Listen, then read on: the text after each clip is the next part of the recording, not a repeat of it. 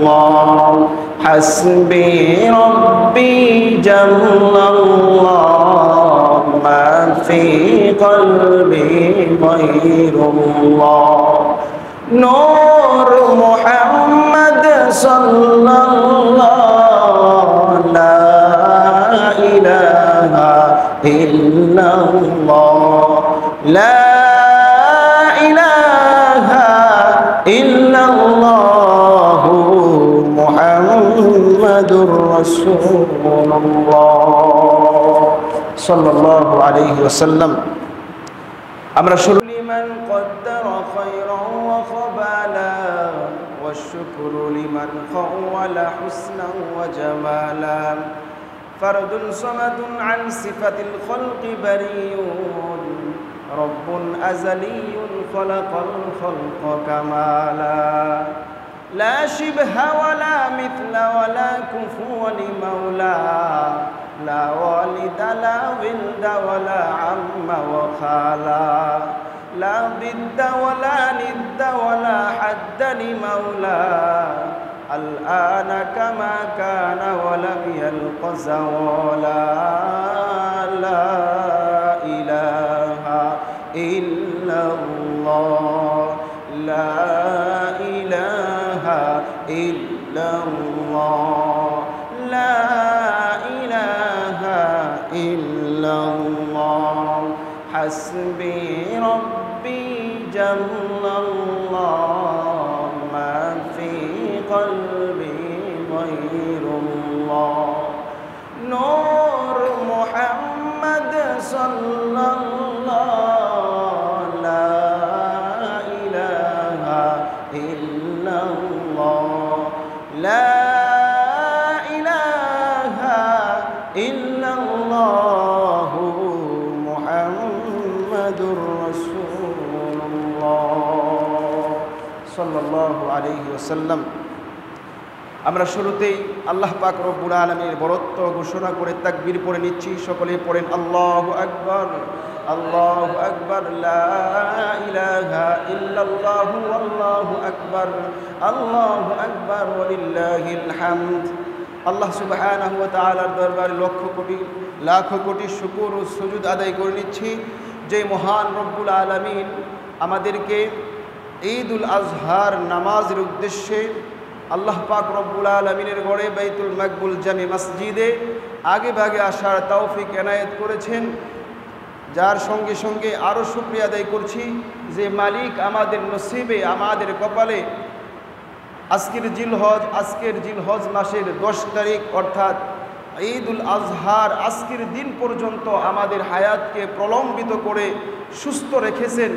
এজন্য আমরা অন্তরস্থল থেকে হৃদয়ের মণিকুঠা থেকে ভক্তি আর শ্রদ্ধা নিয়ে সকলে একসাথে মালিকের আনুগত্য স্বীকার করে সকলেই পড়ে নিচ্ছি শুকরাতান আলহামদুলিল্লাহ। আজকের ঈদুল আজহা আমাদের কপালে নসিব হয়েছে, এটাও আল্লাহ তাআলার পক্ষ থেকে বড় একটি নিয়ামত। কারণ গত ঈদুল আজহার নামাজে আমাদের মাঝে আমাদের মতো অনেকে উপস্থিত ছিল, কিন্তু আজকে তার উপস্থিত নাই। আল্লাহ পাক রব্বুল আলামিন তাদের কাতারে আমাদেরকে শামিল করতে পারতেন। এমনকি এই জিলহজ মাসের চাঁদ ওঠার পরেও আমার আপনার মতো অনেকেই আল্লাহ তাআলার ডাকে সাড়া দিয়ে কবরস্থ হয়ে গিয়েছে। এমনকি আগামীকাল রাত্রেও অনেক মানুষ আল্লাহ তাআলার ডাকে সাড়া দিয়ে কবরস্থ হয়ে গিয়েছে। আজকে সকালে অনেক মানুষ চলে গিয়েছে। আল্লাহ পাক আমাদেরকে এই দীর্ঘ হায়াত দিয়ে ঈদুল আজহার নামাজ পর্যন্ত আনলেন। নামাজ পড়তে পারবো কিনা জানি না, কিন্তু নামাজের জন্য যা আনলেন এজন্য আমরা শুকরিয়া আদায় করে পড়ছি আলহামদুলিল্লাহ।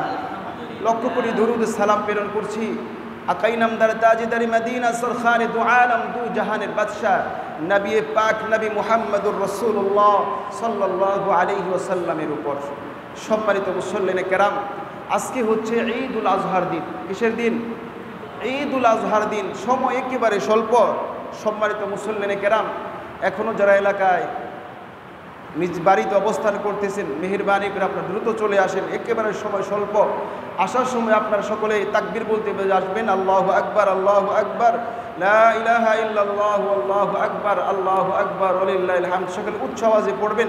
ঈদুল আজহার নামাজ সকালে পড়া সুন্নাহ কি সকাল সকালে পড়া, কারণ যেহেতু ঈদের নামাজের পরে কোরবানির গরু কোরবানির একটা কারবার থাকে, এই কারণে দেখা যায় দেরি করে যদি কোরবানি করা হয় জোহরের নামাজের মিস যায়। এই জন্য আগে আগে আমরা পড়ে যাতে করে জোহরের নামাজের আগেই গরুর বানানো শেষ হয়ে যায়, এই জন্য আমরা আগেই সময় দিয়েছি। আল্লাহ পাক আমাদের সকলকে আগে ভাগে যারা এখনও আসেন নাই দ্রুত আসার তৌফিক দান করুন সকলে বলে আমিন। সম্মানিত মুসলমান কেরাম, আজকে হচ্ছে ঈদুল আজহার দিন, ঈদুল আজহা। এই জন্য আসুন আমরা শুরুতেই ঈদুল আজহা শব্দের শাব্দিক অর্থ কি আমরা জেনে নিই। ঈদ শব্দের শাব্দিক অর্থ আদা ইয়াউদু বাবে নাসর ইয়ানসুরু থেকে, যার অর্থ হচ্ছে বারবার আগমন করা, ঘুরে ঘুরে আসা, পুনরায় আগমন করা। এজন্য জুমার দিনকে বলা হয় ঈদের দিন, যেহেতু এক সপ্তাহ ঘুরে আবার আসে। এই সাইয়্যিদুল আইয়াম জুমার দিনটাকে বলা হয় ঈদের দিন। আর যেহেতু বৎসরে আমাদের দুইটা ঈদ হয়, ঈদুল ফিতর, ঈদুল আজহা, এই দুইটা আনন্দের দিন। কিসের দিন? বাংলাতে আমরা ঈদ বলে থাকি আনন্দ, কিন্তু শাব্দিক অর্থ আদা ইয়াউদু মানে বারংবার বারবার ঘুরে আসা। আর আদহা শব্দ, এটা আদহাতুন শব্দের বহু বচন, যার অর্থ হচ্ছে কুরবানির জন্য উৎসর্গিত প্রাণী। কি?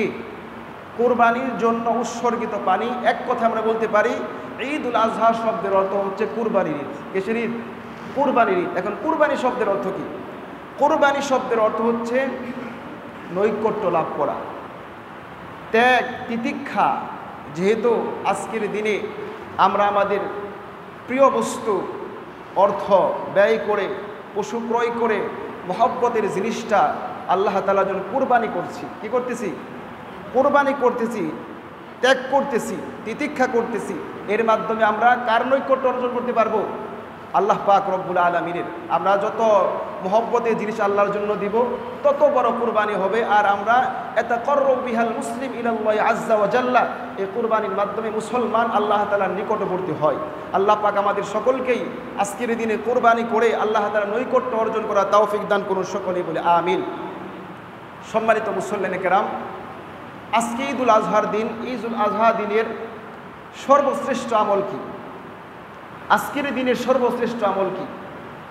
এই সম্পর্কে তিরমিজি শরীফের আম্মাজান হযরত আয়েশা রাদিয়াল্লাহু তাআলা আনহা থেকে একটা হাদিস বর্ণিত রয়েছে। আন আয়েশা রাদিয়াল্লাহু তাআলা আনহা قالت قال رسول الله صلى الله عليه وسلم ما عمل آدمي من عمل يوم النحر أحب إلى الله من إهراق الدم। আম্মাজান হযরত আয়েশা রাদিয়াল্লাহু তাআলা আনহা থেকে বর্ণিত, বিশ্বনবী সাল্লাল্লাহু আলাইহি ওয়াসাল্লাম বলেন, কুরবানির দিন আল্লাহ তাআলা সন্তুষ্টির জন্য রক্ত প্রবাহিত করা, অর্থাৎ পশু জবে করে কুরবানি করা, এর মাধ্যমে বান্দা আল্লাহ তাআলার যত নৈকট্য অর্জন করতে পারবে, আজকের দিনে অন্য কোন ইবাদতের মাধ্যমে আল্লাহ তাআলার তত নৈকট্য অর্জন করতে পারবে না। সুবহানাল্লাহ। এর মানে আজকের দিন আপনি যদি কোটি কোটি টাকা মানুষকে দান করেন, এর চাইতে উত্তম হচ্ছে কুরবানি করা। সুবহানাল্লাহ। ওটা দান করা সওয়াব ভিন্ন, কিন্তু আজকের দিনে শ্রেষ্ঠ আমল হচ্ছে আল্লাহর রাস্তায় আল্লাহ তাআলার জন্য কুরবানি করা। সুবহানাল্লাহ। এরপরে বিশ্বনবী সাল্লাল্লাহু আলাইহি ওয়াসাল্লাম বলে, ওয়া ইন্নাহু লাতাতি ইয়াউমাল কিয়ামাতি ফি ফারশি বিকুরুনিহা ওয়া আশআরিহা ওয়া আযলাফিহা। আমি আপনি যে কুরবানি দিব, এই কুরবানির পশুটা তার শিং, খুর, পশম নিয়ে কিয়ামতের ময়দানে হাজির হয়ে যাবে। সুবহানাল্লাহ। শুধু এতটুকু শেষ নয়, বিশ্বনবী আরো বলেন, ওয়া ইন্নাদ দামা লা ইয়াকুমু মিনাল্লাহি বিমাকানিন ক্বাবলা আন ইয়াকুআ মিনাল আরদি ফাতিবু বিহা নাফসা। আমি আপনি যে কুরবানি দিব, এই কুরবানির পশুর রক্ত জমিনে পড়ার আগেই আল্লাহ তাআলার কাছে পৌঁছে যায়। সুবহানাল্লাহ। কি পৌঁছে যায়? এর কবুলিয়াতের বিষয়টা পৌঁছে যায়। এজন্য বলেন ফাতিবু বিহা নাফসা, তোমরা আনন্দ চিত্তে কুরবানি দাও। এটাকে জরিমানা মনে করে না যে বাপ দাদা দিয়েছে আমারও দিতে হয়, না, জরিমানা মনে করে না, আনন্দ চিত্তে দিতে হবে। আনন্দ ফুর্তি করে আল্লাহ আমাকে তৌফিক দিয়েছেন, আমার উপরে ওয়াজিব করেছেন, আমি দিতে পারতেছি, আলহামদুলিল্লাহ, আনন্দ চিত্তে দিতে হবে। আনন্দ চিত্তে কুরবানি দিলে কী লাভ? এ সম্পর্কেও হযরত হুসাইন রাদিয়াল্লাহু তাআলা আনহু থেকে বর্ণিত। হুসাইনকে বিশ্বনবীর নাতি। সুবহানাল্লাহ। আন হুসাইন রাদিয়াল্লাহু তাআলা আনহু قال عن حسين رضي الله تعالى عنهما قال قال رسول الله صلى الله عليه وسلم من ضحى طيبة نفسه لأضحيته كانت له حجابا من النار। হযরত আলী ইবনে হুসাইন রাদিয়াল্লাহু তাআলা আনহু থেকে বর্ণিত, হুসাইন ইবনে আলী রাদিয়াল্লাহু তাআলা আনহুমা থেকে বর্ণিত, বিশ্বনবী বলেন, যে ব্যক্তি খুশি মনে আনন্দ চিত্তে সওয়াব লাভের আশায় আল্লাহ তাআলার জন্য কোরবানি দিবে, তার এই কোরবানির জন্তু তার জন্য জাহান্নাম থেকে অন্তরায় শুরু হয়ে যাবে।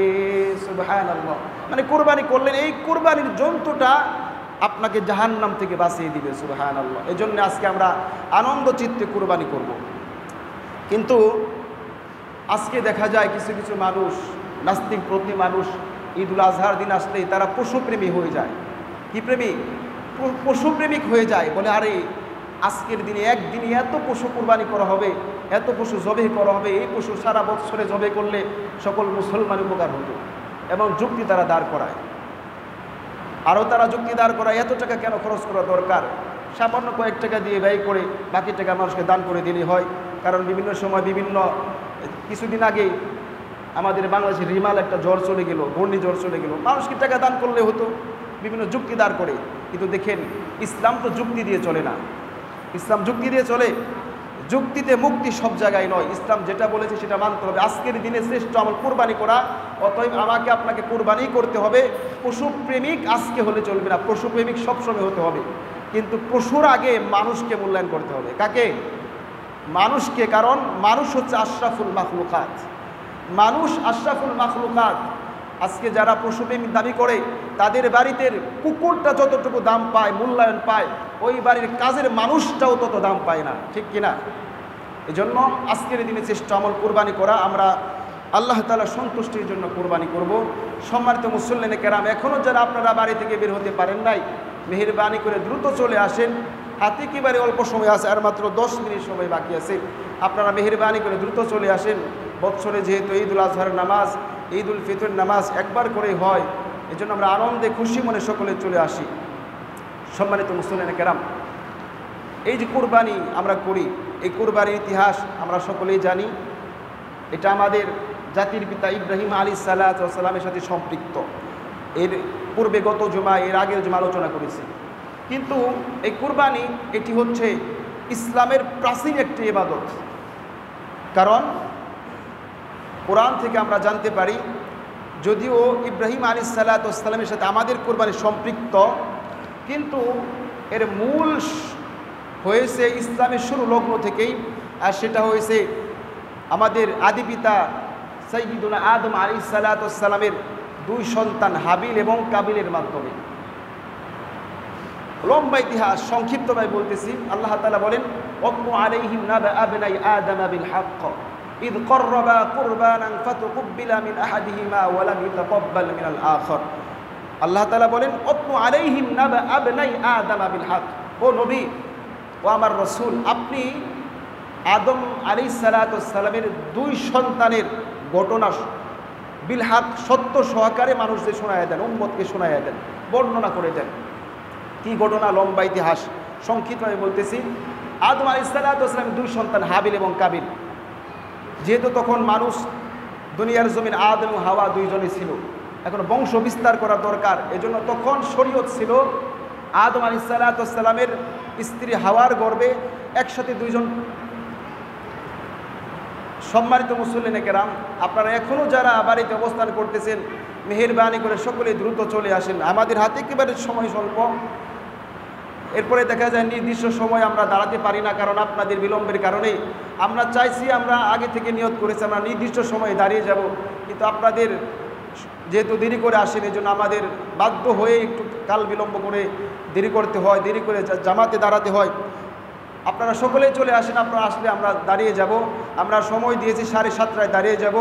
আল্লাহ তাআলা যেন আমাদের সকলকে 7:30টার ভিতরেই নামাজের জামাতে হাজির হওয়ার তৌফিক দান করেন, সকলে বলে আমিন। আমরা যেন 7:30টার ভিতরে জামাত শুরু করতে পারি। সম্মানিত মুসল্লিনে কেরাম, এই আদম এবং হাওয়ার 2 সন্তান, বসে বলেন, হাবিল এবং কাবিল। তখন শরীয়ত ছিল হাওয়া আলাইহিস সালামের গর্ভে একসাথে 2 জন সন্তান হতো, একটা ছেলে একটা মেয়ে হতো। তো প্রথম গর্ভে হলো হাবিল এবং কাবিল এবং তার আরেক বোন, একটা মেয়ে, 1 ছেলে 1 মেয়ে। দ্বিতীয় গর্ভে হলো 1 ছেলে 1 মেয়ে। তখন শরীয়ত ছিল প্রথম গর্ভের এক গর্ভের মেয়ে, প্রথম যে একটা মেয়ে হবে, ছেলে মেয়ে হবে, এই মেয়ের সঙ্গে পরের ছেলের সাথে বিবাহ হবে।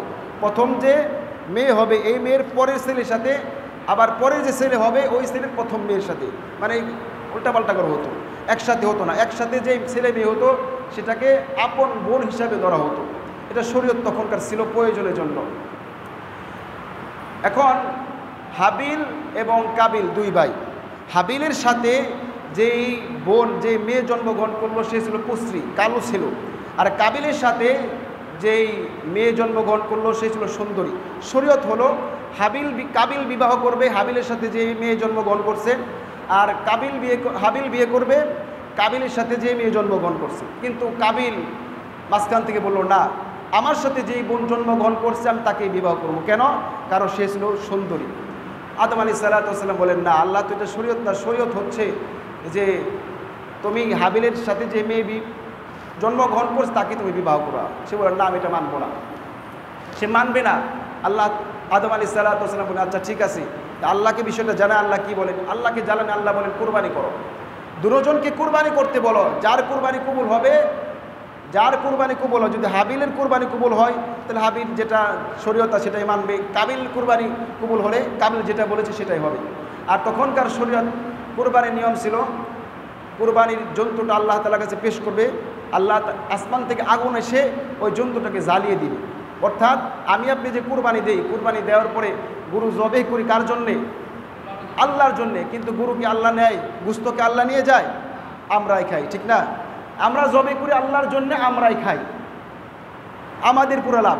কিন্তু তখনকার শরীয়ত ছিল যেটা কবুল হবে সেটা জ্বালিয়ে দিত, তারা আর খেতে পারতো না। এই যে আমাদের জন্যে বিশেষ একটা নিয়ামত যে আমরা আল্লাহর জন্য জবাই করি, আমরাই খাই, এটা হচ্ছে আমাদের নবী মুহাম্মদুর রাসূলুল্লাহ সাল্লাল্লাহু আলাইহি ওয়াসাল্লামের শ্রেষ্ঠত্বের জন্য। সুবহানাল্লাহ। এই ইতিহাস যদি এখন থাকতো যে আমি আপনি পশু সামনে রাখলাম, আসমান থেকে জ্বালিয়ে দিবে সেটাই কবুল হবে, এমনটা যদি এখনও থাকতো, হাজারে হয়তো এক দুইটা কবুল হতো। সমাজে আমরা চেহারা দেখাইতে পারতাম না যে আপনি ইমাম সাহেব, আপনার কুরবানি কবুল হলো না, সকলে তিরস্কার করত, ঠিক কিনা? তো আল্লাহ তাআলা অশেষ নিয়ামত এই যে এই বিধানটা উঠিয়ে দিয়েছেন, আমি আপনি কুরবানি দিয়ে কবুল হোক বা না হোক গোশত তো খেতে পারি, ঠিক কিনা? কবুল হোক বা না হোক এটা তো আর আমরা জানি না, কারণ কবুল হয় অন্তরে তাকওয়া। যার তাকওয়া থাকবে খালিস নিয়তে কুরবানি করবে, তার কুরবানি আল্লাহ তাআলা কবুল করবেন। এখন হাবিল কাবিল কুরবানি পেশ করলো। হাবিল দিল একটা পশু পেশ করলো, কারণ তিনি পশু লালন করতো। আর কাবিল দিল বিভিন্ন সবজি। আল্লাহ তাআলার পক্ষ থেকে এই হাবিলের পশুটা জ্বালিয়ে দিল। এর মানে হাবিলের কুরবানি আল্লাহ তাআলা কবুল করেছেন। এখন কাবিল বলে, না, আমি মানবো না, আমি আমার সাথে যে আমার বোন জন্মগ্রহণ করছে তাকে বিয়ে করব। এখন হাবিল বলে, না, এটা তো মানা যায় না, শরীয়ত এটা। এক পর্যায়ে কাবিল বলল, আমি তোমাকে হত্যা করব। এবার হাবিল বলল যে তুমি যদি আমি হত্যা করো, হাত বাড়াও, আমি তোমার দিকে হাত বাড়াবো না, কারণ এই কুরবানি এটা তো আমি পেশ করেছি, আল্লাহ কবুল করেছেন। কেন? ইন্নামা ইয়াতাকাব্বালুল্লাহু মিনাল মুত্তাকিন, আল্লাহ তাআলা মুত্তাকিদের পক্ষে থেকে কুরবানি কবুল করেন। সুবহানাল্লাহ। আমি আপনি মুত্তাকি কিনা এটা চেক করতে হবে। মুত্তাকির বিভিন্ন আলামত পবিত্র কুরআনুল কারীমের মধ্যে বলেছেন, সূরা বাকারার শুরুর দিকে বলেছেন, আল্লাযীনা ইউমিনুনা বিল গায়বি ওয়া ইউকিমুনাস সালাতা ওয়া মিম্মা রাযাকনাহুম ইউনফিকুন। মুত্তাকি কারা? মুত্তাকির একটা গুণ হচ্ছে আল্লাযীনা ইউমিনুনা বিল গায়ব, যারা অদৃশ্য আল্লাহর প্রতি বিশ্বাস করে। আল্লাযীনা ইউমিনুনা বিল গায়বি ওয়া ইউকিমুনাস সালাতা, নামাজ কায়েম করে। ওয়া মিম্মা রাযাকনাহুম ইউনফিকুন, আমি তাদেরকে যে রিজিক দিয়েছি, যে ধন সম্পদ দিয়েছি, সেখান থেকে তারা আল্লাহর জন্য ব্যয় করে। এটা একটা মুত্তাকির গুণ। এখন আমি আপনি আল্লাহর জন্য আছি, কোরবানি দেব, আমি আপনি যদি নামাজ আদায় না করে আমার কোরবানি আল্লাহ কবুল করবেন?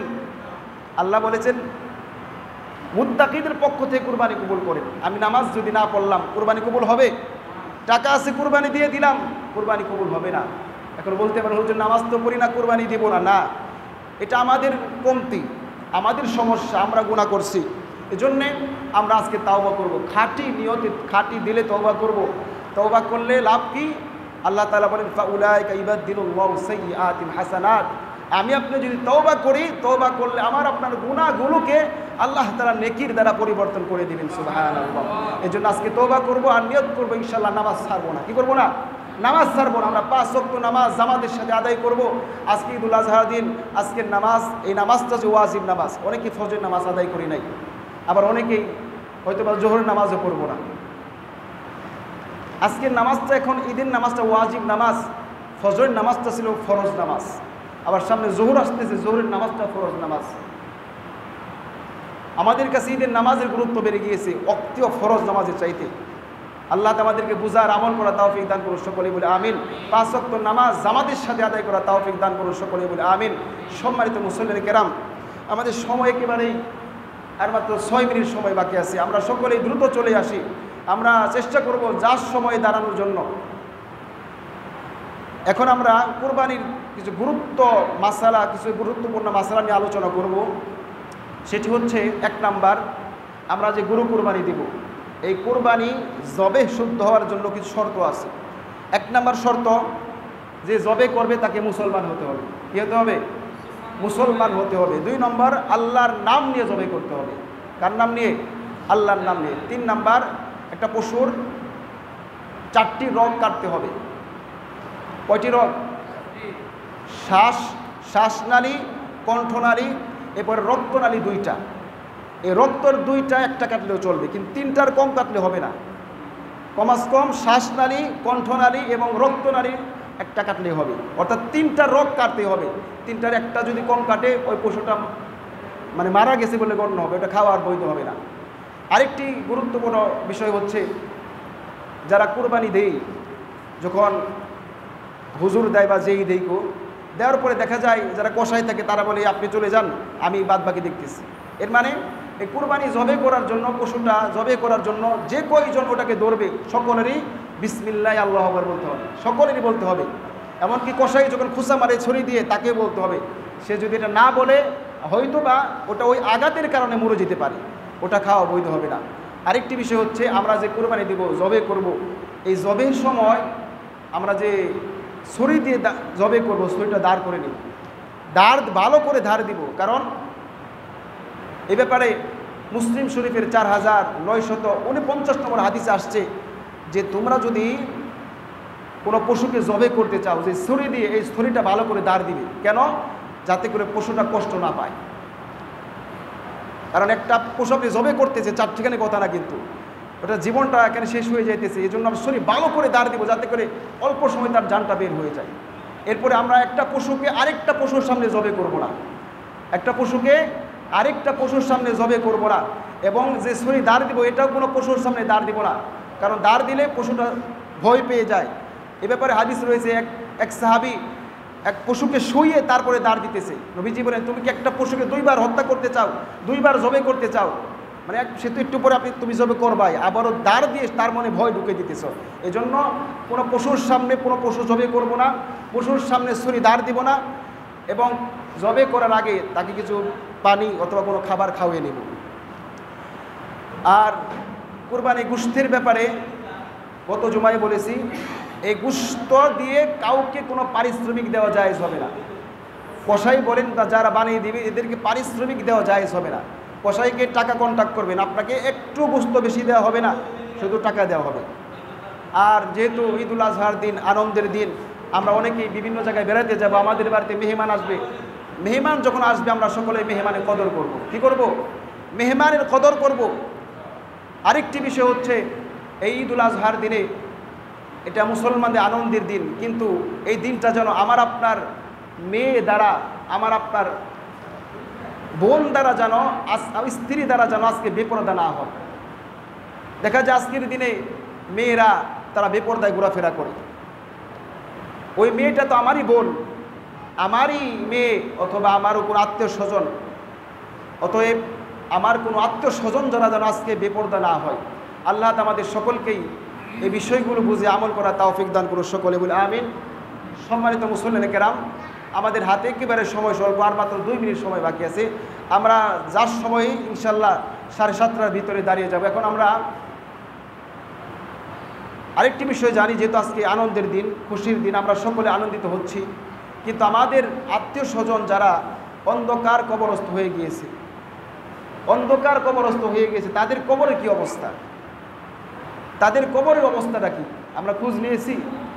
আজকে তো উচিত ছিল যে, যেহেতু গতকাল রাতটা, আজকের রাতটা ছিল ইবাদতের রাত, ইবাদত করে নিজের গুনাহের জন্যে, আমাদের আত্মীয়স্বজন মারা গেছে তাদের মাগফিরাতের জন্য দোয়া করা, পারলে কিছু দান সৎকার করা।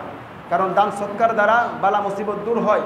আপনি যেই নিয়তে দান করবেন সেই নিয়ত আপনার পুরা হয়ে যাবে। এজন্য আমাদের আত্মীয় স্বজন যারা অন্ধকার কবরে শায়িত, তাদের জন্য আজকে আমরা মুক্ত হস্তে দান করব। আপনার বাবা যদি জীবিত থাকতো, আপনার মা যদি জীবিত থাকতো, হয়তো 1000 টাকা দিয়ে 500 টাকা দিয়ে তাকে না জামা কিনে দিতে তো, আপনি ওই টাকাটা আল্লাহর রস্তে মসজিদ মাদ্রাসা বা বিভিন্ন জায়গায় দান করে দেন। আজকে যেহেতু সুন্দর একটা আল্লাহ তাআলার ঘরে আসছেন, মেহেরবানি করে এই ঘরে দান করেন, কবরস্থানে দান করবেন। আর আরেকটি বিষয় হচ্ছে, আমরা সকলেই কুরবানি করার পরে এর যে আবর্জনাগুলো থাকে, আমরা সকলেই আবর্জনাগুলো মাটিতে গর্ত করে আমরা ভরে রাখবো। কেননা আপনি যে এর আবর্জনা যদি বাইরে ফেলে রাখেন, পশু পাখি এগুলো সরিয়ে ফেলবে, যার দ্বারা সমাজে দুর্গন্ধ ছড়িয়ে যাবে, অপর মুসলমান কষ্ট পাবে। আর অপর কোনো মুসলমানদেরকে কোনোভাবে কষ্ট দেওয়া জায়েজ নেই। এজন্য আপনার কুরবানির ময়লা আবর্জনাগুলো আপনি গর্ত করে মাটি দিয়ে ঢেকে রাখবেন, যাতে করে আমাদের পরিবেশটা ঠিক থাকে। আল্লাহ পাক আজকের এই ছড়ানো ছিটানো কথাগুলো আমাদের সকলকে বুঝে আমল করা তৌফিক দান করুন, সকলে বলে আমিন। সম্মানিত মুসলিম কেরাম, এখন আমরা টাকা এখন উঠাইবেন। এখন আমরা নামাজের নিয়ত শুনবো, নামাজ দাঁড়িয়ে যাবো ইনশাল্লাহ। আর নামাজের পরে খুতবা হবে, সকলে খুতবা শুনবো, দোয়া হবে, দোয়া করে তারপরে যাব। আর জোহরের নামাজ কারো যেন মিস না হয়, জোহরের নামাজ কারো যেন মিস না হয়।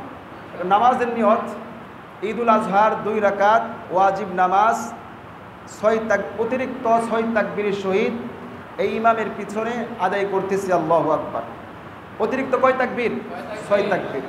প্রথমে দেখেন, প্রথমে তাকবীর বলে আল্লাহু আকবার, হাত বাঁধলেন, সানা পড়বেন, সানা পড়ার পরে অতিরিক্ত 3 তাকবীর, তারপরে আল্লাহু আকবার, হাত ছেড়ে দিবেন, আল্লাহু আকবার, আল্লাহু আকবার 3টা বলে তারপরে হাত বেঁধে সূরা ফাতিহা পড়ে একটা সূরা মিলাবেন, রুকু যাবেন। দ্বিতীয় রাকাতে উঠে সূরা ফাতিহা পড়ে আরেকটা সূরা মিলিয়ে রুকুর যাওয়ার আগে অতিরিক্ত 3 তাকবীর, আল্লাহু আকবার, হাত ছেড়ে দিবেন। চতুর্থ তাকবীর বলে রুকুতে চলে যাবে। আমরা যেহেতু সবসময় পড়ি, মাঝে মাঝেই পড়ি, মনে হয় বিষয়টা ক্লিয়ার হয়েছে, না হলে আরেকবার বলি। প্রথমে আল্লাহু আকবার বলবেন, আল্লাহু বলার পরে সানা পড়বেন, সানা পড়ার পরে হাত ছেড়ে দিয়ে অতিরিক্ত 3 তাকবীর, আল্লাহু আকবার, আল্লাহু আকবার, আল্লাহু আকবার। এরপরে সূরা ফাতিহা সূরা মিলাবেন, প্রথম রাকাত শেষ। দ্বিতীয় রাকাত উঠে সূরা ফাতিহা আরেকটা সূরা মিলিয়ে রুকুতে যাওয়ার আগে অতিরিক্ত 3 তাকবীর, আল্লাহু আকবার, আল্লাহু আকবার, আল্লাহু আকবার, 3 তাকবীর হয়ে গেল। চতুর্থ তাকবীর দিয়ে এটা হলো রুকুর তাকবীর, রুকুতে যাবেন। এভাবে অন্য নামাজের মতো বাকি নামাজ আমরা শেষ করব। আল্লাহ পাক আমাদের সকলকেই আজকের নামাজ আদায় করে, আজকে যেহেতু ঈদুল আজহার দিন, আরেকটি বিষয় সেটি না বললেই নয়, সময় হয়ে গিয়েছে, সংক্ষিপ্ত বলতেছি। সেটি হচ্ছে কোলাকুলি করা। কোলাকুলি করা কিন্তু সুন্নত নয়, এটা সামাজিক মহব্বতের বৃদ্ধির জন্য করতে পারে, কিন্তু সুন্নত হিসেবে করলে এটা গুনাহ হতে পারে, বেদাত হবে, অবশ্যই বেদাত হবে। কারণ সুন্নাহ না, আপনি কেন সুন্নত মনে করবেন? আমরা সামাজিক মহব্বত বাড়ে, এজন্য আমরা কোলাকুলি করব। আজকের দিনে আমরা পরস্পরের বিভিন্ন যে ঝগড়াঝাটি সেগুলো ভুলিয়ে যে সকলে আমরা এক হয়ে যাব, এক হয়ে আমরা সকলে বুকের সাথে বুক মিলাবো, সকলে আমরা মিল হয়ে কাজ করব। আল্লাহ পাক রব্বুল আলামিন আমাদের সকলকেই আজকের আনন্দটা আমাদের সমাজের সকলকেই ভাগাভাগি করে নেওয়ার তৌফিক দান করুন, সকলে বলে আমিন। আমরা সকলেই দাঁড়িয়ে যাই।